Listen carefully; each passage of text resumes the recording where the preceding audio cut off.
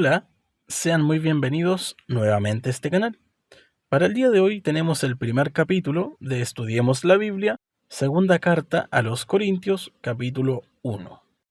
Y sin más preámbulo, pasaríamos directamente a leer los versículos, los cuales son desde el 1 al 2. Y dice así: Pablo, apóstol de Cristo Jesús, por la voluntad de Dios, y Timoteo, nuestro hermano, a la iglesia de Dios que está en Corinto y a todos los santos en toda la región de Acaya, que Dios nuestro Padre y el Señor Jesucristo les concedan gracia y paz. Fin de los versículos. Es sabido que las cartas del apóstol Pablo no solo se leían en una iglesia, sino que también se leían en las demás. En Colosenses capítulo 4, versículo 16, nos dice lo siguiente: Cuando esta carta se lea entre ustedes, hagan que también sea leída en la iglesia de Laodicenses, y que ustedes lean la carta que viene de la Odisea. Fin de los versículos.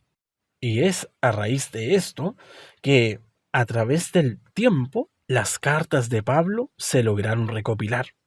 Y como habíamos leído anteriormente, el apóstol Pablo decía ya todos los santos de Acaya.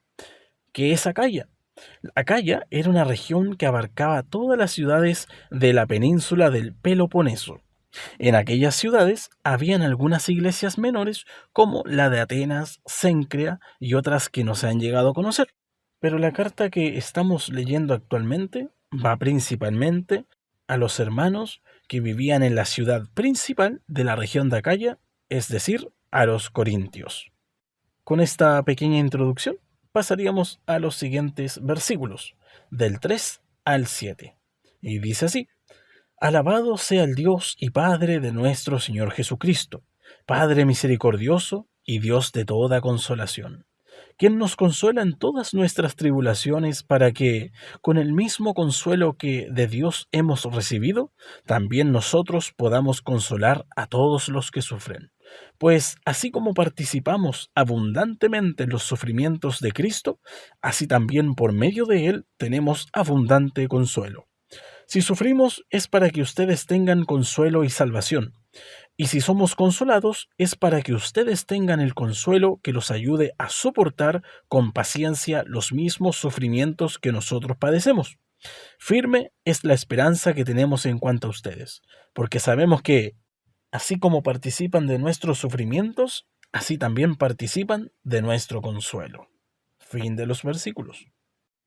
Con respecto a lo leído, entendemos que en el mundo tendremos aflicción. Y no porque pertenezcamos a Dios significa que ya no tendremos más problemas o que no estaremos afligidos. Por el contrario, entendemos que viviremos mayores aflicciones que las personas sin Dios. Pues llevar una lucha diaria contra la carne, el mundo y el diablo agota bastante y aflige nuestra vida. Somos muchas veces menospreciados por seguir a Cristo. Algunos hermanos en otros países sufren severa persecución, incluso la muerte. Pero de todas estas aflicciones recibimos también la consolación por parte de nuestro Cristo, así como lo vivía el apóstol Pablo, pues así sufría él aflicciones por causa del Evangelio, también por el mismo Señor era consolado. Y estas tribulaciones que vivía el apóstol servía para consolar a otros, y así también nosotros. Muchas veces viviremos distintas situaciones por seguir a Cristo, entendiendo que todo lo que vivamos, nos sirve para el bien nuestro. La mayoría de las veces cuando vivimos aflicciones en el presente no entendemos por qué estamos pasando por aquel valle, pero todo tiene un sentido para nosotros. Y uno de ellos es para que nosotros también consolemos a futuro a aquellos que vivan situaciones como las nuestras a fin de que tengan esperanza en Cristo. ¿Esperanza de qué? De que Él no nos abandona. En el proceso que vivamos, siempre está presente con nosotros. Porque pregunto, ¿quién ha vivido un proceso difícil y no ha sido consolado por Cristo? ¿O no ha recibido esperanza en el proceso? ¿O no ha visto la mano gloriosa de Dios? Claro, en el tiempo presente, cuando vivimos la aflicción, nos cuestionamos los motivos por qué estamos sufriendo, comienza en nosotros una tristeza, una amargura, muchas veces nos sentimos desesperados, pero luego en el proceso vamos entendiendo el porqué y luego recibimos la consolación e incluso la respuesta a nuestro clamor. Así que, entendiendo esto, hermanos míos, podamos nosotros siempre estar dispuestos a ayudar a otros que estén viviendo situaciones iguales a las nuestras, que nuestra experiencia pueda servirle a aquel hermano y podamos ser motivo de consolación para los hermanos para que nunca pierdan la fe ni la esperanza en nuestro Cristo, porque de otra forma, lamentablemente, tropezarán y se apartarán del camino del Señor, yéndose nuevamente tras los rudimentos de este mundo. Bien, pasaríamos a los versículos del 8 al 10, y dice así: Hermanos, no queremos que desconozcan las aflicciones que sufrimos en la provincia de Asia. Estábamos tan agobiados bajo tanta presión que hasta perdimos la esperanza de salir con vida. Nos sentíamos como sentenciados a muerte, pero eso sucedió para que no confiáramos en nosotros mismos, sino en Dios que resucita a los muertos. Él nos libró y nos librará de tal peligro de muerte. En Él tenemos puesta nuestra esperanza y Él seguirá librándonos. Fin de los versículos. Si el apóstol Pablo tuvo peligro de muerte, nuevamente digo, no porque pertenezcamos a Cristo significa que ya para nosotros no hay mal. En cuanto al apóstol Pablo y su compañía, ellos se encontraban en el continente de Asia. Y se dice que en aquel lugar estuvieron en peligro de muerte. No sabemos qué habrá pasado. Quizás es lo mismo que él mencionó en la primera carta a los Corintios cuando habló que él en Éfeso tuvo que batallar contra fieras para salvar su vida. Quizás es el mismo proceso o es otro, pero sea como sea, él estuvo en peligro de muerte junto con sus acompañantes. Y es más, había él perdido toda esperanza de vivir. Pero sabemos que si Dios es por nosotros, ¿quién contra nosotros? Por lo que, si Dios no quiso que el apóstol y sus acompañantes murieran, así será, y así fue, y así también lo será con nosotros si está en su voluntad, pues Dios es el dador de la vida, y Él tiene todo en su dominio, y en Él ellos depositaron su confianza, sabiendo que Él era el único que podría librarlos de aquella hora tan oscura que estaban viviendo. Así también nosotros, mis hermanos queridos, sea el valle que estemos pasando, o sea el valle que en algún momento pasemos, no caigamos en la desesperación, sino que confiemos en aquel que tiene dominio sobre todas las cosas. Los discípulos que iban en la barca con nuestro Cristo, ellos iban temblando de miedo, pensaban que iban a morir, pero se levantó el Señor y le dijo al viento y al mar: calla y enmudece, y todo quedó en calma. Así que mis hermanos, cuando pasemos aflicciones, sea aún que ya vemos la muerte, confiemos en el Señor. Y sea que tengamos que pasar la muerte, no tengamos temor, porque Él estará con nosotros. Él dice que cuando pasemos por las aguas, no nos anegarán, porque Él es con nosotros. Digo, ¿qué es para Él mover el sol un momento? ¿O que el sol se detenga un día entero? Si para la oración de un hombre, la petición, perdón, de un hombre, como cualquiera de nosotros, Él lo hizo, el cual detuvo el sol, ¿cómo no podrá hacer con nosotros también grandes cosas el Señor? Así que mis hermanos, confiemos en este Dios, en nuestro Dios, el cual es el dador de la vida y tiene dominio sobre todas las cosas. No perdamos la fe, ni perdamos el ánimo, aunque el viento y el mar parecieran que nos van a hundir. Pasaríamos ahora a los versículos 11 al 14. Dice así: Mientras tanto, ustedes nos ayudan orando por nosotros. Así muchos darán gracias a Dios por nosotros a causa del don que se nos ha concedido en respuesta a tantas oraciones.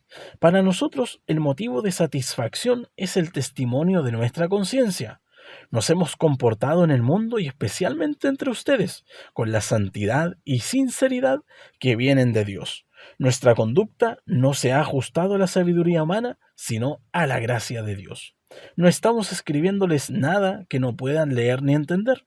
Espero que comprendan al fin todo. Fin de los versículos. La oración es una parte vital e importante en la iglesia y entre los creyentes. Orar los unos por los otros. De esta manera estamos siempre intercediendo por nuestros hermanos o por aquellos que no conocen al Señor, a fin de que Dios les ayude y les pueda librar de cualquier tipo de peligro o incluso ayudarlos a llegar a Él. Así como Dios ayudó al apóstol, como a sus compañeros también.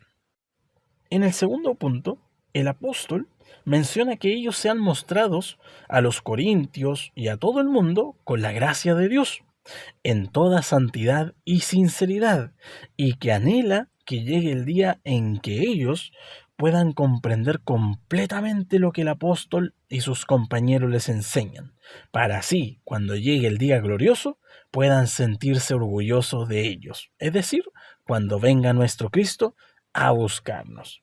Y así también nos ayude el Señor a nosotros para perfeccionarnos y en todo siempre, hermanos, mostrarnos santos y sinceros, entendiendo que estamos siempre rodeados de testigos, a los cuales es necesario primero predicarle con nuestras obras y hechos.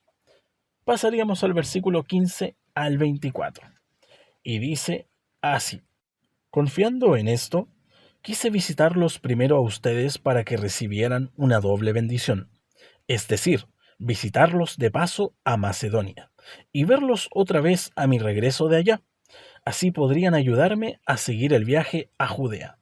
Al proponerme esto, ¿acaso lo hice con la ligereza? ¿O es que hago mis planes según criterios meramente humanos, de manera que diga sí, sí y no, no al mismo tiempo? Pero tan cierto como que Dios es fiel, el mensaje que les hemos dirigido no es sí y no, porque el Hijo de Dios, Jesucristo, a quien Silvano, Timoteo y yo predicamos entre ustedes, no fue sí y no, en él siempre ha sido sí. Todas las promesas que ha hecho Dios son sí en Cristo. Así que por medio de Cristo respondemos amén para la gloria de Dios. Dios es el que nos mantiene firmes en Cristo, tanto a nosotros como a ustedes. Él nos ungió, nos selló como propiedad suya y puso su espíritu en nuestro corazón como garantía de sus promesas. Por mi vida, pongo a Dios por testigo de que todavía no he ido a Corinto solo por consideración a ustedes. No es que intentemos imponerles la fe, sino que deseamos contribuir a la alegría de ustedes, pues por la fe se mantienen firmes. Fin de los versículos. El apóstol Pablo menciona que él tenía la intención de ir a visitar a los corintios. De hecho, él lo mencionó en la carta anterior. Pero Pablo dice sobre lo que dijo de visitarlos, no lo hizo hablando ligeramente, pues todos deberíamos ser de una sola palabra, y no usando sí y no, como alguien inseguro que afirma, pero luego se retracta. Debemos ser como Dios, el cual no cambia sus promesas, no tiene sombra de variación. Pero ahora, la razón por la cual el apóstol Pablo no fue a Corinto fue por consideración a ellos. ¿Y por qué consideración a ellos? Para no causarles tristeza ni amargura por los acontecimientos que leímos en la carta anterior. Varias cositas habían pasado, como los pleitos porque uno era de Apolos, otro de Pablo, otro de Cefas, otro problema con que uno tomó la mujer de su padre, y así, cosas tremendas que habían pasado. Y él no quería ir a Corinto porque estaba enojado y no quería provocarles amargura ni tristeza. Ese fue el motivo. Estos versículos leídos nos enseñan a nosotros que debemos de ser de una sola palabra. Y para esto siempre es necesario pensar antes de hablar.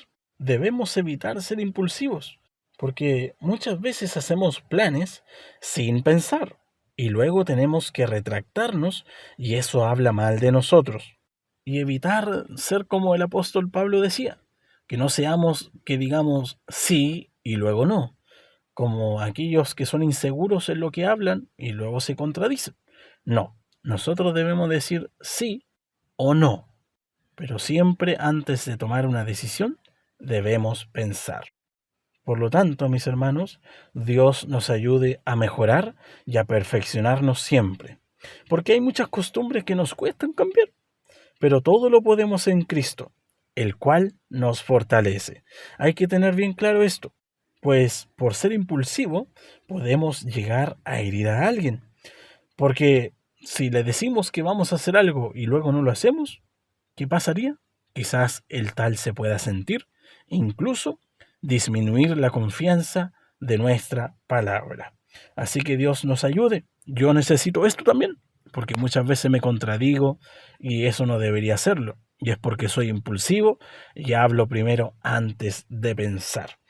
Así que, mis hermanos, como es el consejo de nuestro Señor, que nuestro sí y nuestro no sea no. Muchas gracias, que mi Señor les bendiga y que tengan un excelente día. Adiós.